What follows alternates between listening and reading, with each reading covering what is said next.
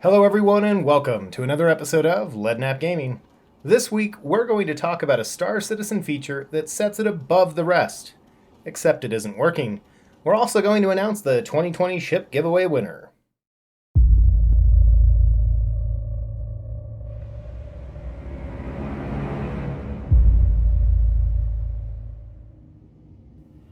Star Citizen from day one was said to be cutting edge, and though today, years in, many of those features like persistence are not yet fully realized, one of the verse's biggest features is both present and a failure.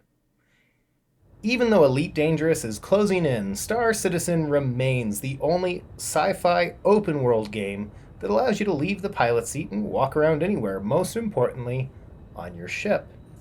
It's arguably this feature that makes it possible for CIG to charge hundreds for their largest ships, and in part, the reason it takes so long to get those ships in.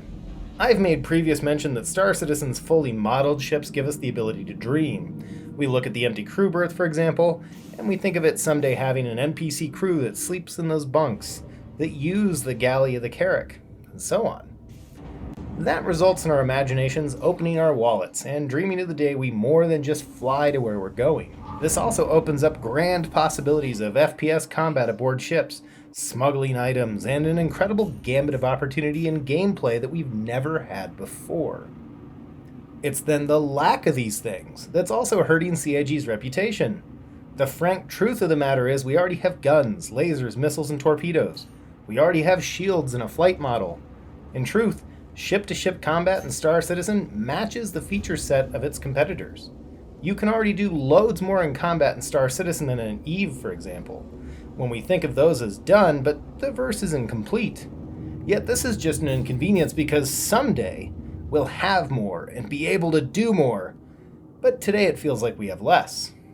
The real problem is the entire lack of reason to pay for larger ships. What does the Carrack do for you that the Pisces it carries doesn't? After all, the Pisces even has pilot-controlled guns. Okay, sure, the Carrack has better shields, more fuel, a faster QT in stock. Whatever, you can upgrade the Pisces to the point none of those become factors for now. Sure, the Carrack has turrets, so points to multi-crew, but in today's verse, the turrets are both unnecessary and difficult to have manned. The big ship problem is simple. This game is structured today, just doesn't support them. The problem is Star Citizen still runs like every other sci-fi game out there. Even with Odyssey, in Elite Dangerous you do everything from the cockpit. Though you can't sit in the cockpit of your ships in EVE, effectively speaking, you still do them all from the singular pilot seat even if you just can't see it. In No Man's Sky, Star Wars, even DCS, the game is entirely from the pilot seat. Star Citizen's no different. Now sure, mining takes place from the rock seat or a mining turret, but the point here is this is still seated, viewing the world from an interface that looks out into the open world where you do everything. Where do we spend our QT time? Despite having a whole 600i behind me, when this 600 jumps, the play is no different from Elite Dangerous, looking out my canopy in the pilot seat. For this reason, QT must be quick. When I started in Star Citizen, QT from Olisar to Lorville was a 45-minute jump. And those of us who remember celebrated with glee at the now 5-minute jump possibilities. The truth, however, was for big ships to have value, we need to return to that model. The value of big ships only arrive when you don't sit in the pilot seat for the jump, where the jump then becomes the possibility to do more. When the jump takes 45 minutes, it means not having to be trapped in the single seat of an arrow has value. It means that the chessboard in my Star Runner has a benefit because now I can go do that while I wait for the timer to drop. The catch is, this can't just be a convenience factor. There needs to be a reason the 890 is better than the 300. This is going to ruffle feathers, but the easiest and strongest mechanic to reward an 890 owner is food quality. The 890 jump has a professional grade kitchen. My 325 is a microwave. A vending machine burrito and a 3-course meal both fill you up. But now we're after a 3-course meal, you're not thinking about having another one. If CIG were to set food quality as a benchmark in the degradation timer on hunger, players would choose to take an 890 instead of sitting in the jump seat of a Pisces. That's because if you take an 890 charter from A to B, it could include that 3-course meal. Eat that, and your character isn't going hungry the rest of the day.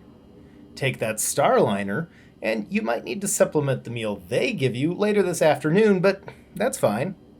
Jump on that guy's Cuddy Black with a Big Benny from the vending machine outside the airlock, and you're going to be looking for grub when you land. Now, not only did you get a chance to eat a quality meal on the 890, but you also did so passing the time from Ollie to Babbage. Hopefully, the pool eventually gave you a benefit there as well.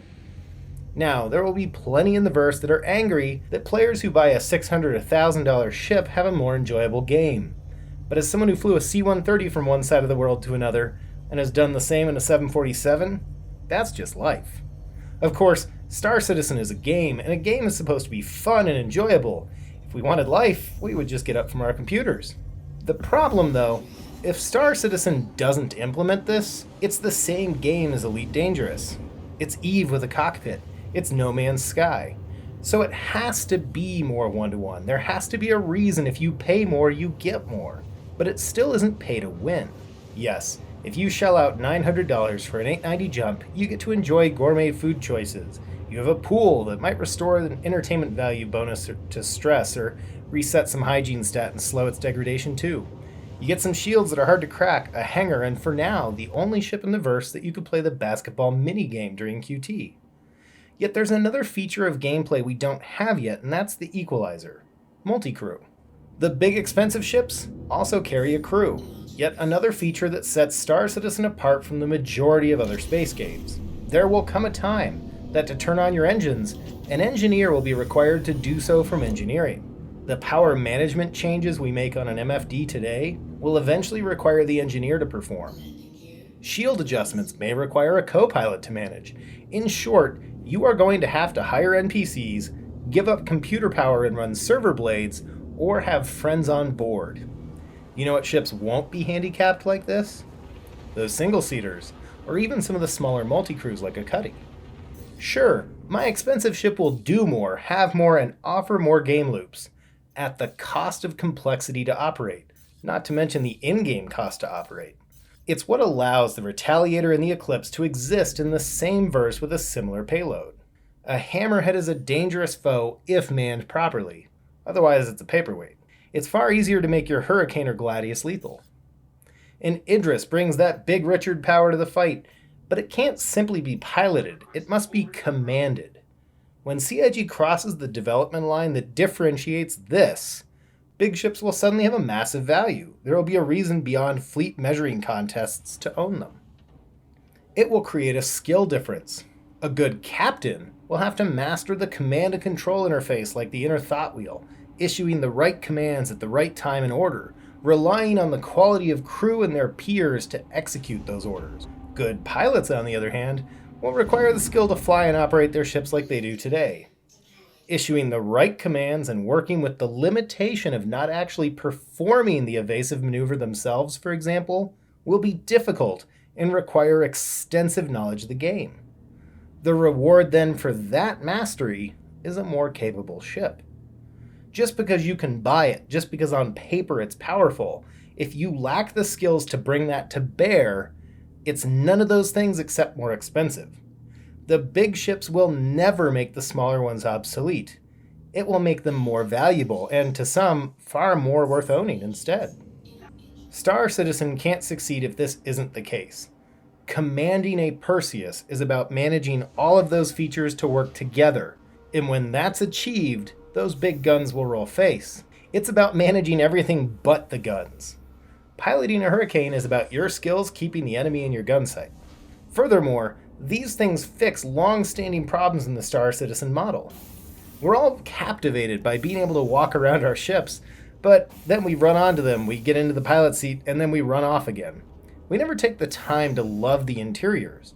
When was the last time you were in here? Or here? Fixing this issue makes the single ground entrance for the Carrack a non-issue, for example, because just like a modern cruise ship, you'll spend most of your time aboard and very little getting on and off.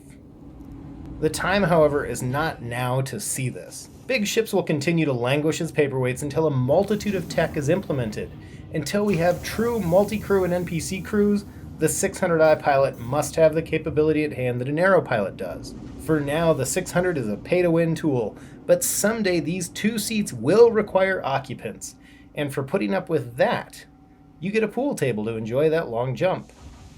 Like long claim timers, QT times will someday have to return to long.